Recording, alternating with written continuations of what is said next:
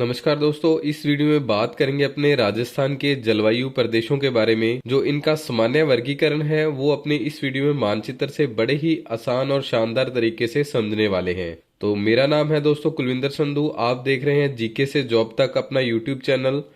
सामान्य वर्गीकरण में दोस्तों राजस्थान के जलवायु प्रदेश हैं जो इन्हें 5 भागों में विभाजित किया गया है। सबसे पहले है शुष्क जलवायु प्रदेश, अर्ध शुष्क जलवायु प्रदेश, उप आर्द्र जलवायु प्रदेश और अर्ध जलवायु प्रदेश, और इसके बाद है अति आर्द्र जलवायु प्रदेश।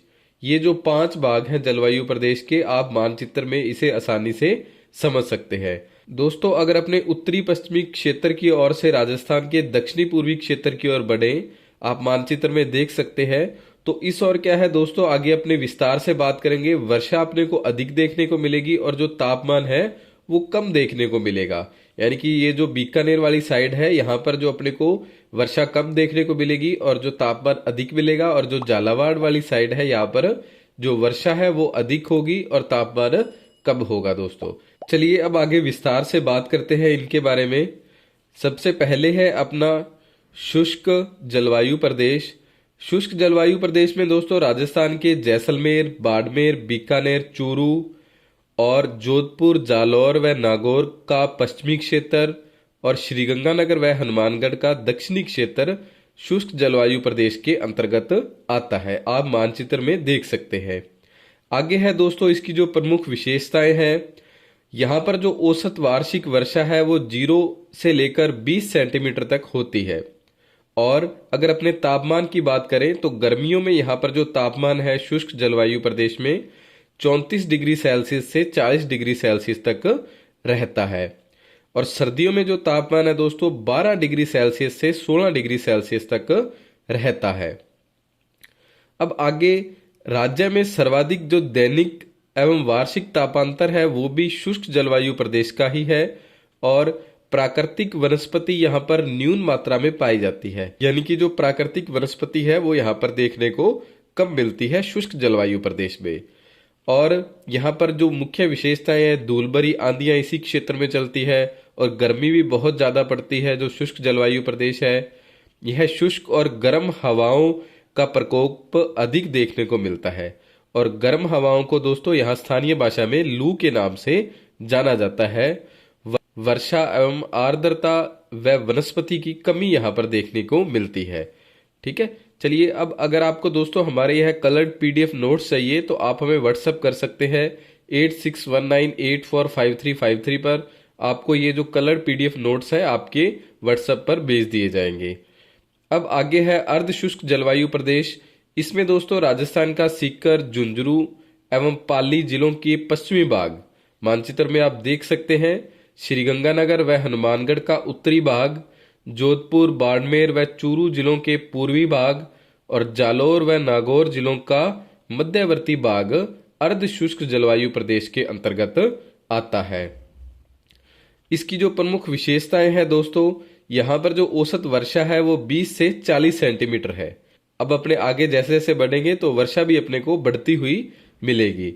इसका जो औसत तापमान है दोस्तों गर्मियों में 32 डिग्री सेल्सियस से 36 डिग्री सेल्सियस तक और सर्दियों में 10 डिग्री सेल्सियस से 17 डिग्री सेल्सियस तक रहता है अर्ध शुष्क जलवायु प्रदेश का। जो कांटेदार झाड़ियां एवं घास है दोस्तों वो सर्वाधिक अपने को अर्ध शुष्क जलवायु प्रदेश में देखने को मिलती है। मुख्यतः कौन सी घास? सेवन एवं जो दामन घास है वो इस क्षेत्र में अपने को देखने को मिलती है। कृषि एवं पशुपालन इस क्षेत्र का मुख्य व्यवसाय है और हल्की अर्ध मरुस्थलीय वनस्पति व शुष्क पवनें इस क्षेत्र में चलती हैं। दोस्तों चलिए अब आगे बात करते हैं जो अगला जलवायु प्रदेश है उसके बारे में। उप आर्द्र जलवायु प्रदेश। इसमें दोस्तों अलवर, जयपुर, दौसा, अजमेर, सीकर, झुंझुनू, पाली, जालौर एवं नागौर जिलों के पूर्वी भाग, सिरोही, टोंक, राजसमंद, भरतपुर एवं भीलवाड़ा जिलों के उत्तरी पश्चिमी भाग उप आर्द्र जलवायु प्रदेश के अंतर्गत आते हैं। आप मानचित्र में यह देख सकते हैं। इसकी जो मुख्य विशेषताएं हैं, यहाँ पर जो वर्षा है वो 40 से लेकर 60 सेंटीमीटर तक होती है और औसत जो तापमान है यहाँ का गर्मियों में 28 डिग्री से 34 डिग्री सेल्सियस तक और सर्दियों में 12 डिग्री से 18 डिग्री सेल्सियस तक रहता है। स्टेपी पतझड़ वनस्पति यहाँ पर अपने को देखने को मिलती है। इसमें दोस्तों नीम, बबुल, आंवला, खेर, हरड़, बहड़ आदि जो पेड़ हैं वो इसके अंतर्गत आते हैं, स्टेपी वनस्पति के अंतर्गत। तो ये मुख्य बातें थी दोस्तों उप आर्द्र जलवायु प्रदेश की। अब अगला जो जलवायु प्रदेश है उसे समझते हैं अपने। तो अगला जलवायु प्रदेश है अपना दोस्तों आर्द्र जलवायु प्रदेश। इसके अंतर्गत दोस्तों जो सम्मिलित जिले हैं भरतपुर, धौलपुर, सवाई माधोपुर, चित्तौड़गढ़, राजसमंद, बूंदी, कोटा, उदयपुर, डूंगरपुर, भीलवाड़ा, पाली एवं टोंक का भाग इसके अंतर्गत आता है। और साथ ही सिरोही, बांसवाड़ा, अजमेर, दौसा एवं इन चारों जिलों का जो आंशिक क्षेत्र भी आर्द्र जलवायु प्रदेश के अंतर्गत आता है। तो इसकी जो मुख्य विशेषताएं हैं दोस्तों, यहाँ पर जो वर्षा है वो 60 से लेकर 80 सेंटीमीटर तक होती है।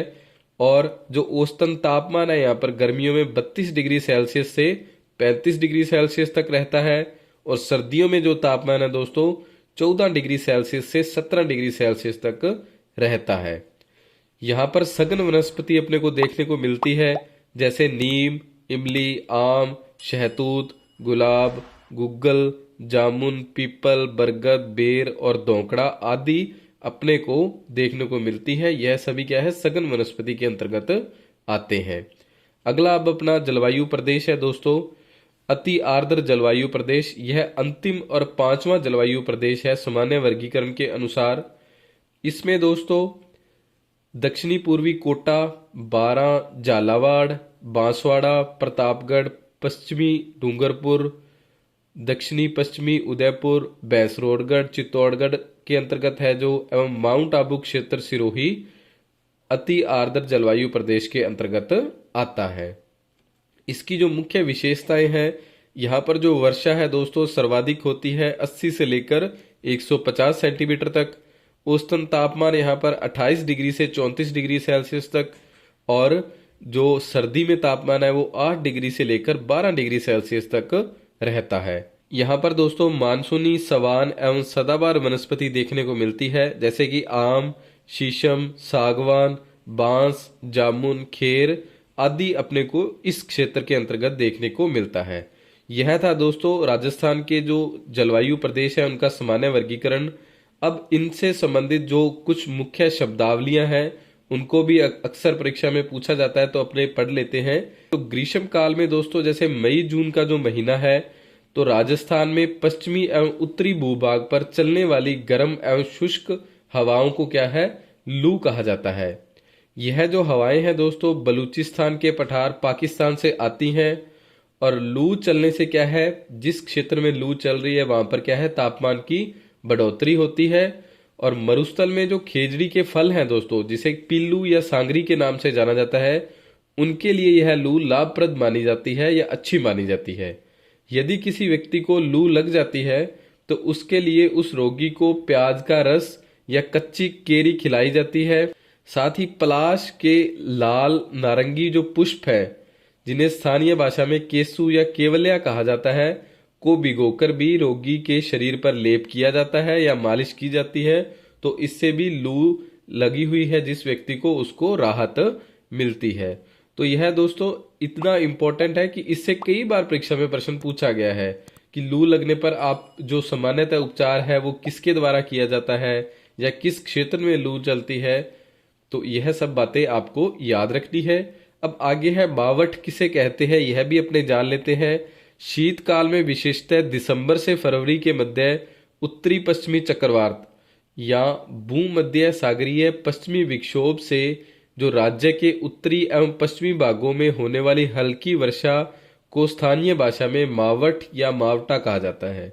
अब अपने सीधा सीधा देखें तो जो दिसंबर से लेकर फरवरी तक वर्षा होती है उसे मावठ के अंतर्गत रखा जाता है। यह वर्षा होती किस कारण है दोस्तों, तो यह वर्षा पश्चिमी विक्षोभ के कारण होती है। यह भी परीक्षा में पूछा गया है। इसका जो उद्गम स्थल है वो भूमध्य सागर है। मावठ की जो वर्षा है यह रबी की फसलों के लिए विशेषकर लाभप्रद रहती है। अब आगे है वज्र तूफान दोस्तों। तो शीतकाल में सर्द हवाओं से युक्त प्रचंड तूफानों को वज्र तूफान कहा जाता है। राजस्थान में सर्वाधिक वज्र तूफान झालावाड़, बारां, जयपुर और दौसा जिलों में आते हैं, जबकि जो सबसे कम वज्र तूफान है वो बाड़मेर और बीकानेर तथा जो इनके निकटवर्ती जिले हैं वहां पर आते हैं। दोस्तों, अगर आपको इनके कलर्ड पीडीएफ नोट्स चाहिए तो मैंने वीडियो में आपको पहले भी बताया है कि आप हमें व्हाट्सअप कर सकते हैं 8619845353 पर। अगर आपको हमारा यह प्रयास अच्छा लगा हो तो प्लीज़ वीडियो को लाइक, शेयर और कमेंट जरूर कीजिएगा। आप सभी का बहुत बहुत धन्यवाद। जय हिंद, जय भारत।